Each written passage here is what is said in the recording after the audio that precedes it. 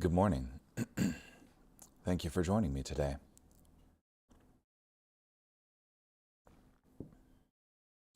This morning, we will be in the book of Daniel, chapter 5, verses 1 through 31.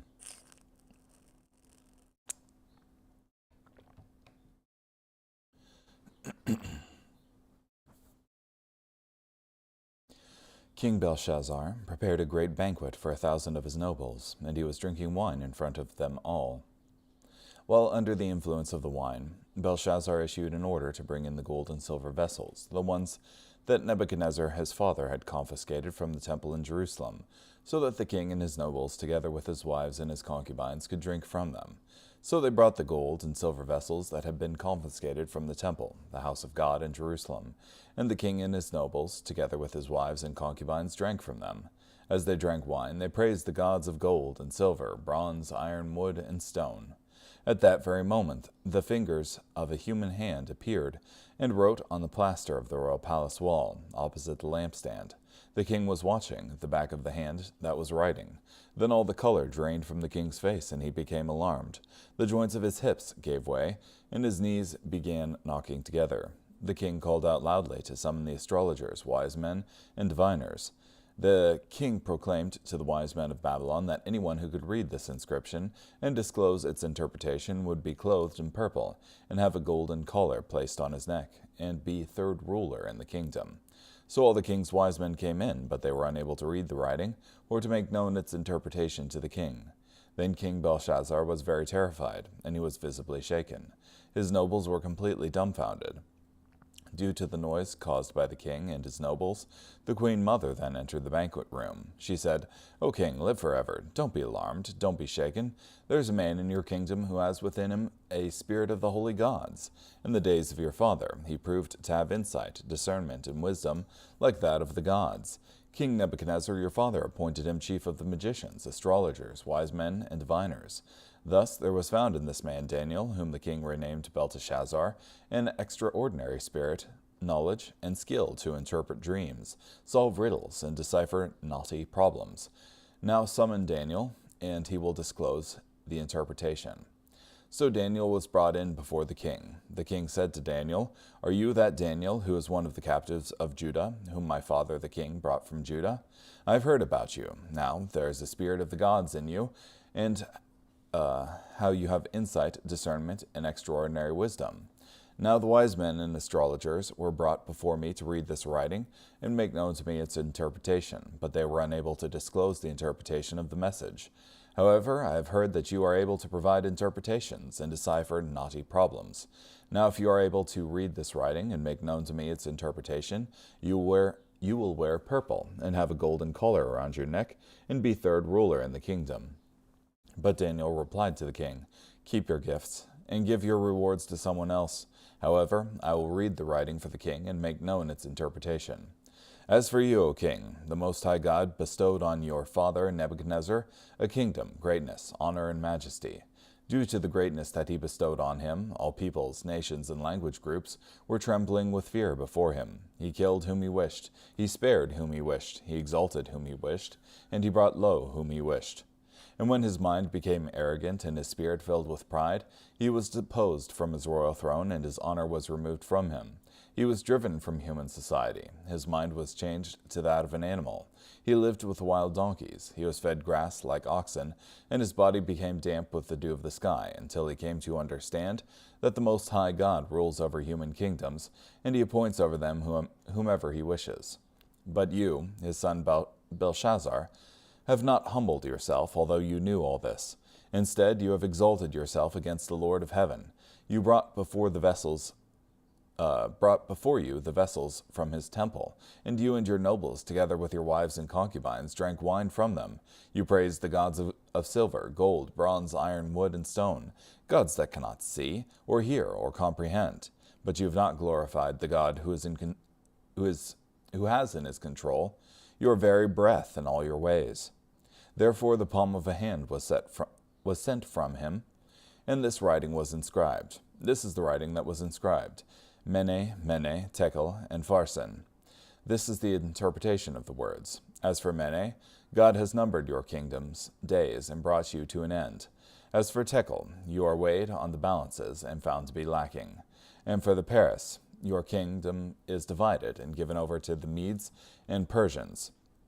Then, on Belshazzar's orders, Daniel was clothed in purple. A golden collar was placed around his neck, and he was proclaimed third ruler in the kingdom. And in that very night, Belshazzar, the Babylonian king, was killed.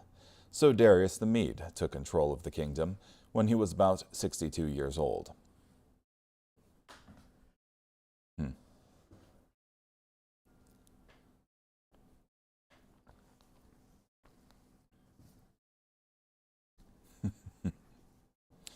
Yeah.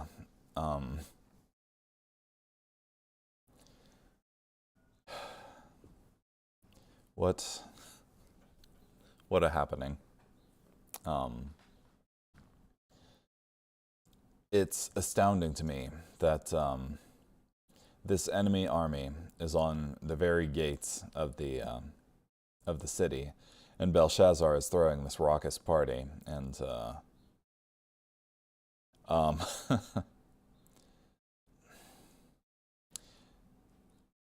desecrating the articles of the temple, and just kind of really rubbing it in the face of God, of praising gods of wood and stone and gold and iron and whatnot. This being with the full knowledge of what his father went through.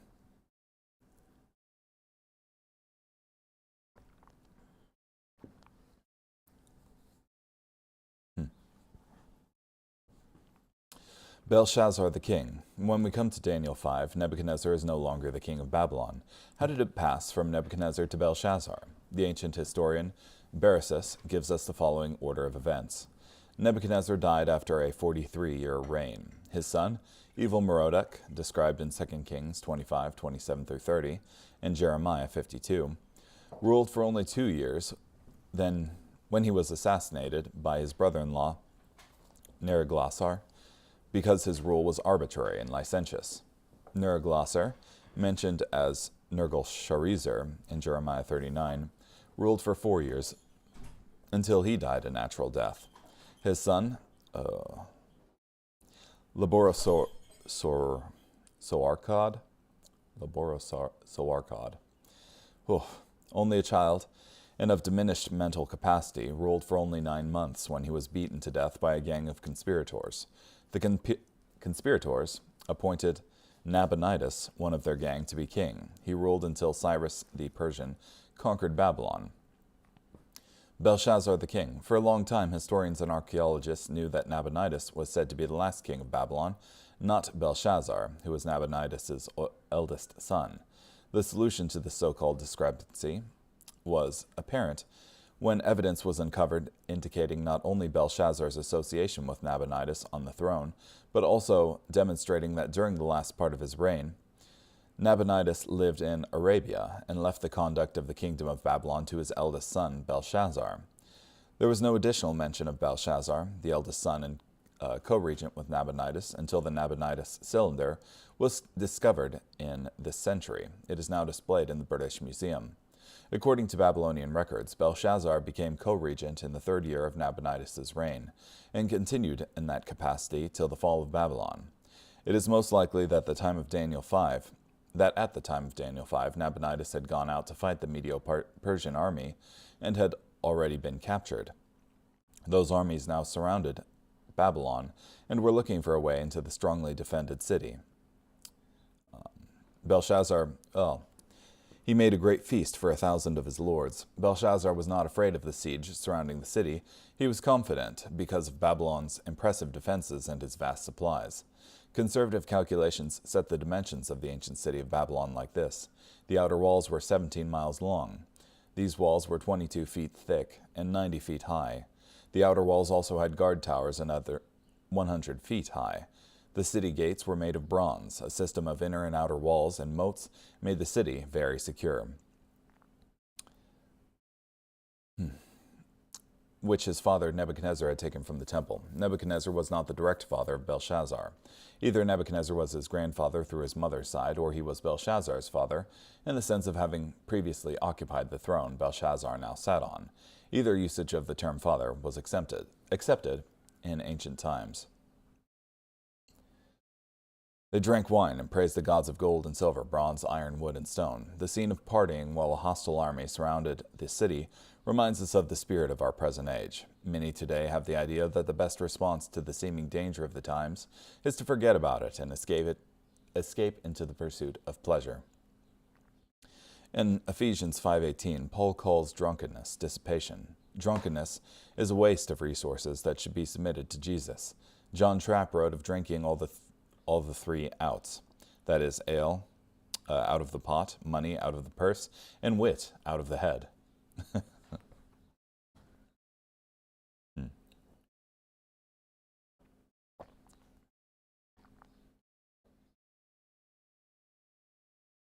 Yeah. I think these words that are written on the wall are in Aramaic. So they should have had no problem reading them. It's the interpretation that was the issue.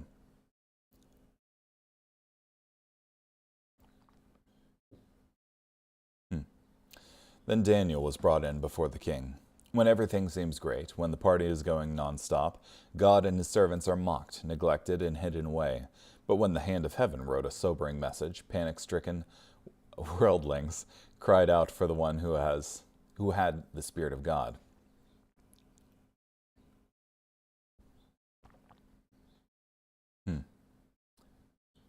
I have heard of you. Since Belshazzar didn't think to call for Daniel himself, it seems that his remembrance of Daniel was either long ago or just now by the queen. The silly and shallow prince hath nothing to say but what was put into his mouth by his wiser grandmother.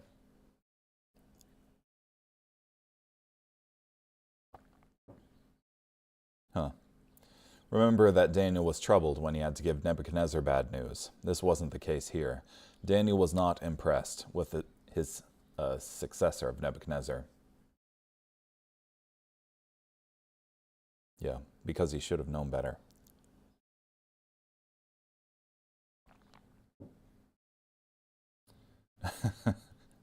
They clothed Daniel with purple, that he should be the third ruler in the kingdom. Daniel held this post for only a few hours. This shows how temporary the awards and accolades of this world are. In the kingdom that succeeded Belshazzar, Daniel was also promoted, but that was due to God, not to Belshazzar. Darius the Mede received the kingdom. Darius was a sub-king under Cyrus the Persian. He is referred to in secular history as Gubaru. Carrying on, 2 Peter chapter 2, verses 1 through 22. But false prophets, those among the people, just as there will be false teachers among you. But false prophets arose among the people, just as there will be false teachers among you. These false teachers will infiltrate your midst with destructive heresies, even to the point of denying the master who bought them.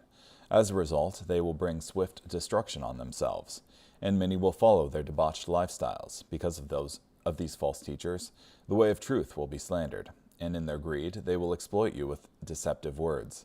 Their condemnation pronounced long ago is not sitting idly by. Their destruction is not asleep. For if God did not spare the angels who sinned, but threw them into hell and locked them up in chains and utter darkness to be kept until the judgment, and if he did not spare the ancient world, but did protect Noah, a herald of righteousness, along with 7 others, when God brought a flood on an ungodly world, and if he turned to ashes the cities of Sodom and Gomorrah when he condemned them to destruction, having appointed them to serve as an example to future generations of the ungodly, and if he rescued Lot, a righteous man in anguish over the debauched lifestyle of lawless men, for while he lived among them day after day, that righteous man was tormented in his righteous soul by the lawless deeds he saw and heard. If so, then the Lord knows how to rescue the godly from their trials, and to reserve the unrighteous for punishment at the day of judgment. especially those who indulge their fleshly desires and who despise authority. Brazen and insolent, they are not afraid to insult the glorious ones. Yet even angels, who are much more powerful, do not bring a slanderous judgment against them before the Lord. But these men, like rational animals, creatures of instinct, born to be caught and destroyed, do not understand whom they are insulting. And consequently, in their destruction, they will be destroyed, suffering harm as the wages for their harmful ways. By considering it a pleasure to carouse in broad daylight, they are stains and blemishes, indulging in their deceitful pleasures when they feast together with you. Their eyes, full of adultery, never stop sinning. They entice unstable people. They have trained their hearts for greed, these cursed children. By forsaking the right path, they have gone astray, because they followed the way of Balaam son of Bosor, who loved the wages of unrighteousness, yet was rebuked for his own transgression. A dumb donkey, speaking with a human voice, restrained the prophet's madness. These men are waterless springs and mists driven by a storm, for whom the utter depths of darkness have been reserved. For by speaking high-sounding but empty words, they are able to entice with fleshly desires and with debauchery people who have just escaped from those who reside in error. Although these false teachers promise such people freedom, they themselves are enslaved to immorality. For whatever a person succumbs to that he is enslaved. For if after they have escaped the filthy things of the world, through the rich knowledge of our Lord and Savior Jesus Christ, they again get entangled in them and succumb to them, their last state has become worse for them than their first. For it would have been better for them never to have known the way of righteousness than, having known it, to turn back from the holy commandment that had been delivered to them. They are illustrations of this true proverb: a dog returns to its own vomit, and a sow, after washing herself, wallows in the mire.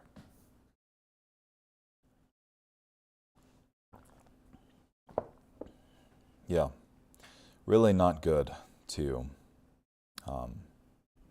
deny Jesus Christ, the Savior who saved them, and just once again plunge headlong into immorality. Yeah, their latter state is worse than the first, because their first state was done in ignorance. The second state is done in intentionality.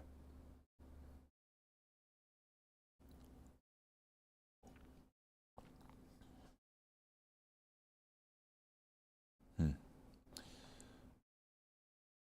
2:18, for by speaking high-sounding but empty words, they are able to entice with fleshly desires and with debauchery people who have just escaped from those who reside in error. A common tactic of cults and,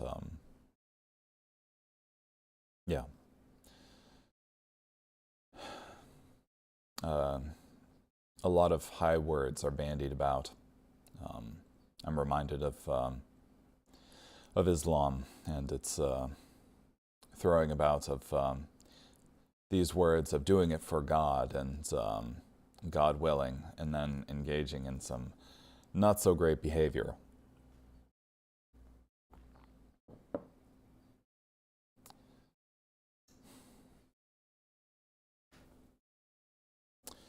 Who will secretly bring in destructive heresies. False teachers work secretly. It isn't that their teaching is secret, but the deceptive nature of their teaching is hidden. No false teacher ever announces himself as a false teacher.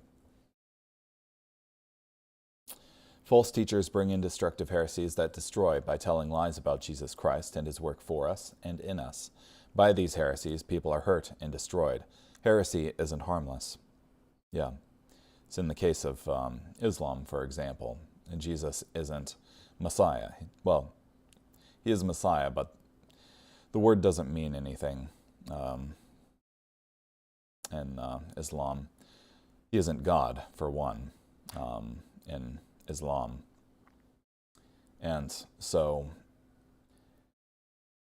there's no salvific work of Jesus on the cross for us,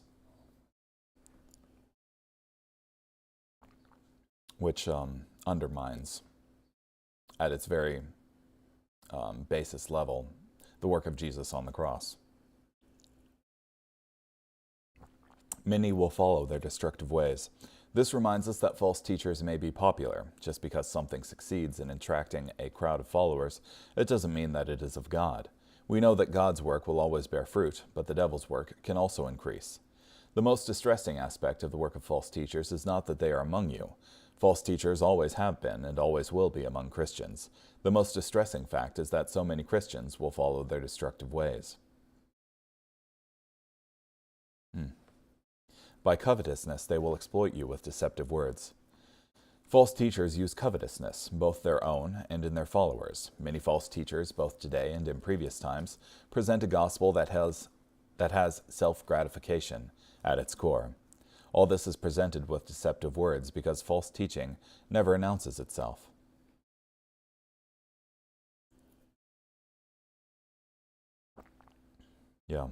And then a portion on judgment where God can sift the believers from the non and deliver punishment appropriately.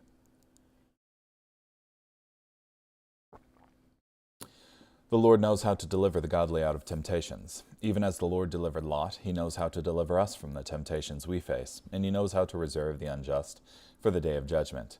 We can trust in God's deliverance of the godly because it is just, as certain as his judgment of the ungodly. We can take great confidence in this. Many times we do not know how, but the Lord knows how. This is a good principle for both life and doctrine. For instance, sometimes we meet with perplexing doctrines. Perhaps we endeavor to effect reconciliation between the predestination of God and the freedom of human action. It is better not to wade too far into those deep waters, lest we lose ourselves in an abyss. The Lord knoweth, says Spurgeon.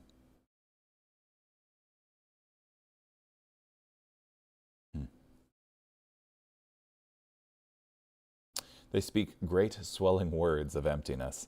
The message of the ungodly false teachers is empty of real spiritual content, though it is swollen big with words. Their allure is to the lusts of the flesh in their audience, just as the crowds who wanted bread from Jesus, but didn't want Jesus himself. Carrying on, Psalm chapter 119, verses 113 through 128. Samek. I hate people with divided loyalties, but I love your law. You are my hiding place and my shield. I find hope in your word. Turn away from me, you evil men, so that I can observe the commands of my God. Sustain me as you promised, so that I will live. Do not disappoint me. Support me so that I will be delivered. Then I will focus on your statutes continually. You despise all who stray from your statutes, for they are deceptive and unreliable. You removed all the wicked of the earth like slag. Therefore I love your rules. My body trembles because I fear you. I am afraid of your judgments. Ayin. I do what is fair and right. Do not abandon me to my oppressors. Guarantee the welfare of your servant. Do not let the arrogant oppress me. My eyes grow tired as I wait for your deliverance, for your reliable promise to be fulfilled. Show your servant your loyal love. Teach me your statutes. I am your servant. Give me insight so that I can understand your rules. It is time for the Lord to act. They break your law. For this reason I love your commands more than gold, even purest gold. For this reason I carefully follow all your precepts. I hate all deceitful actions. And finally, Proverbs chapter 28, verses 19 and 20. The one who works his land will be satisfied with food, but whoever chases daydreams will have his fill of poverty. A faithful person will have an abundance of blessings, but the one who hastens to gain riches will not go unpunished. Okay, well, thank you so much for joining me today. Hope you have a great day. Bye.